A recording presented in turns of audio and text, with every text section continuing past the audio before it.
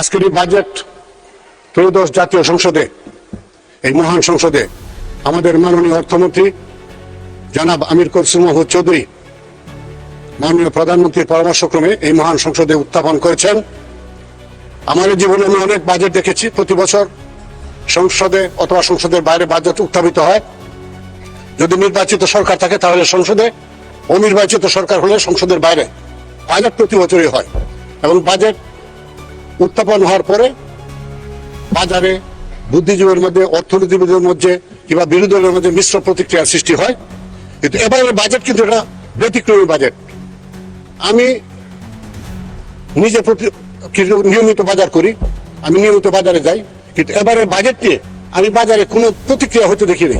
আমি কোনো ব্যবসায়ীদের কাছে কোথাও আমি বাজার সম্পর্কে কোনো নেগেটিভ কথা বলতে শুনি নাই। আজকে গ্রামের যে চার দোকানগুলো আছে গ্রামের শহরে, সারা বিশ্বের আলোচনা হয় সেই চায়ের দোকানগুলোতে। দেখবেন সেই দোকানগুলোতে যান, দেখবেন যে বাজেট নিয়ে কোনো মিশ্র প্রতিক্রিয়া নাই, কোনো বিরূপ কথাবার্তাও নাই। মাননীয় স্পিকার, আজকে বাজেট যখন পেশ হয়, আমি প্রতি বছর দেখি যে বাজেট তৈরি হওয়ার সময় এদেশের মজুতদার ব্যবসায়ীরা নিত্য প্রয়োজনীয় পণ্য মজুত করার জন্য তারা প্রস্তুত থাকে। বাজেটের খুঁটিনাটি বিষয়গুলো তারা আগেই জেনে যায় এবং এই পণ্যগুলো তারা মজুত করে ফেলে, যে কারণে বাজারে একটা অস্থিতিশীল পরিস্থিতি তৈরি হয় এবং নিত্য প্রয়োজনীয় পণ্য মূল্য বৃদ্ধি হয়। এবারে বাজেটে দেখেন কোথাও এই ধরনের কোনো প্রতিক্রিয়া নেই। বাজারটা একদম স্বাভাবিক আছে। মাননীয় স্পিকার, এই বাজেট, এই দেশের 70-80% মানুষ হলো মধ্যবিত্ত, নিম্নবিত্ত। এই বাজেট তাদের স্বার্থে এই বাজেট প্রণয়ন করা হয়েছে, এই বাজেট উপস্থাপিত হয়েছে। মাননীয় স্পিকার, এই দেশের 70-80% মানুষ এই বাজেটে উপকৃত হয়েছে। মাননীয় স্পিকার, আজকে আমি এই বাজেট নিয়ে, আমরা প্রতি বছর বাজেট হতো, আমরা বিরোধী দলে ছিলাম। বাজেট ঘোষণা শেষ হওয়ার পূর্বেই আমরা রাস্তায় নামতাম, গরিব মাঝে বাজেট মানি না, মানবো না, সরকার এই মানবো না, সেই মানবো না। এটা একটা বিরোধী দলের একটা নিয়ম, এটা বিরোধী দলের করতে হয়। আমার মনে হয় এবারে বাজেট নিয়ে বিরোধী দলের সম্মানিত সদস্যদের মধ্যেও কোনো প্রতিক্রিয়া নেই। ওনারাও মোটামুটি ভাবে মন থেকে বাজেটকে স্বাগত জানিয়েছেন। তবে বিরোধী দলে থাকলে কিছু বিরোধিতা করতে হয়, সেটাই ওনাদের করা আর কি, বিরোধিতার খাতিরে বিরোধিতা করা।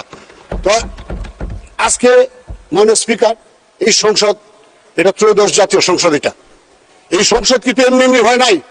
অনেক রক্ত পেরিয়ে আমাদেরকে এই সংসদে আসতে হয়েছে, অনেক আন্দোলনের বিনিময়ে সংসদে আসতে হয়েছে, অনেক হাজারো ভাইয়ের রক্তের বিনিময়ে আজকে এই সংসদে আজকে বসে আছেন আমার বোন তাসমিনা রুজদি।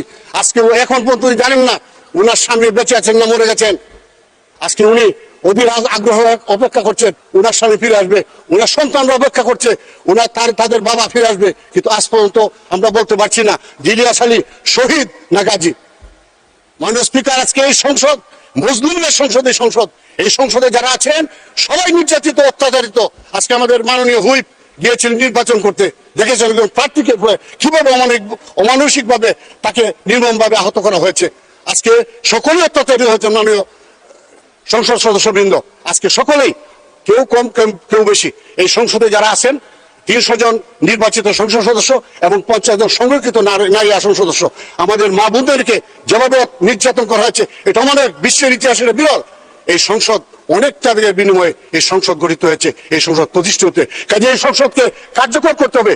এই সংসদ যদি ব্যর্থ হয়, সমস্ত জাতি ব্যর্থ হবে। এই সংসদ যদি ব্যর্থ হয় মাননীয় স্পিকার, তাহলে এই যে হাজারো শহীদের আত্মত্যাগের বিনিময়ে সংসদ প্রতিষ্ঠিত হতে, তাদের আত্মত্যাগ ব্যর্থ হয়ে যায়। মাননীয় স্পিকার, আজকে শত শত মানুষ পঙ্গু, আজকে দেশে বিদেশে চিকিৎসা নিচ্ছে, তাদের ত্যাগটা বৃথা হয়ে যাবে। আজকে 16 বছরের এই যে ত্যাগ, বিরোধী দলে থাকে, আমরা বিরোধী ছিলাম, আপনারাও বিরোধী ছিলেন, আপনারাও নির্যাতিত হয়েছেন, আমরা নির্যাতিত হচ্ছি।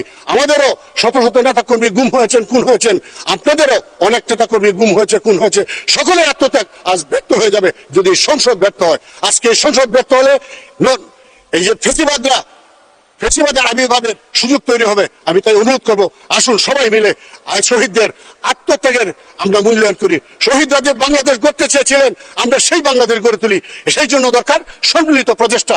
আজকে দেখেছেন তেল নিয়ে একটা কৃত্রিম সংকট তৈরি হয়েছিল সংসদে। মাননীয় প্রধানমন্ত্রী আপনাদেরকে বিরোধী সহ কমিটি করে দিলেন, মোটামুটি ভাবে তলের যে সংকটটা ছিল সেটা দূর হয়ে গেছে। আমি আশা করি আমরা একযুগে কাজ করি। আসুন, মাননীয় প্রধানমন্ত্রী সবসময় আলোচনার দ্বার উন্মুক্ত রেখেছেন।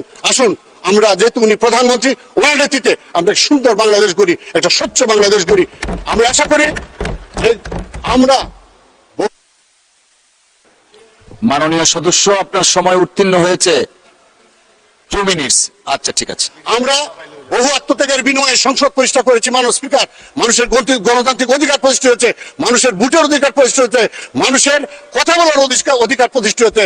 ইনশাল্লাহ এই অধিকার থাকবে। এই মানুষের অধিকার আমাদেরকে সমুন্নত রাখতে হবে। মাননীয় স্পিকার, আজকে আমরা চাই আগামী যে দ্বাদশ এবং একাদশ যে সংসদ ছিল, সে সংসদ কিন্তু এটা জনগণের ভোটে সংসদ